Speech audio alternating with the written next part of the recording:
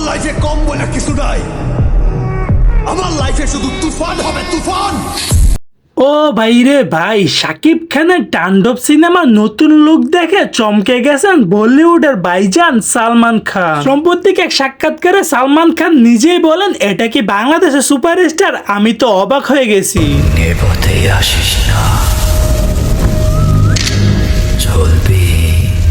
শুধু বাংলাদেশ নয়, এবার শাকিব খানের তাণ্ডব ছড়াচ্ছে বলিউডও। বলিউডের ভাইজান তো বলেই ফেলে দিয়েছেন, বাইরে এইরকম অ্যাকশন লুক তো আমার মুভির মধ্যে আমি কোনোদিন দিতেই পারিনি, যেটা তুই দিয়ে ফেলেছিস তোর মুভির মধ্যে। সালমান খানের এই মন্তব্য নিয়ে শাকিব ভক্তরা এখন উচ্ছ্বাসিত।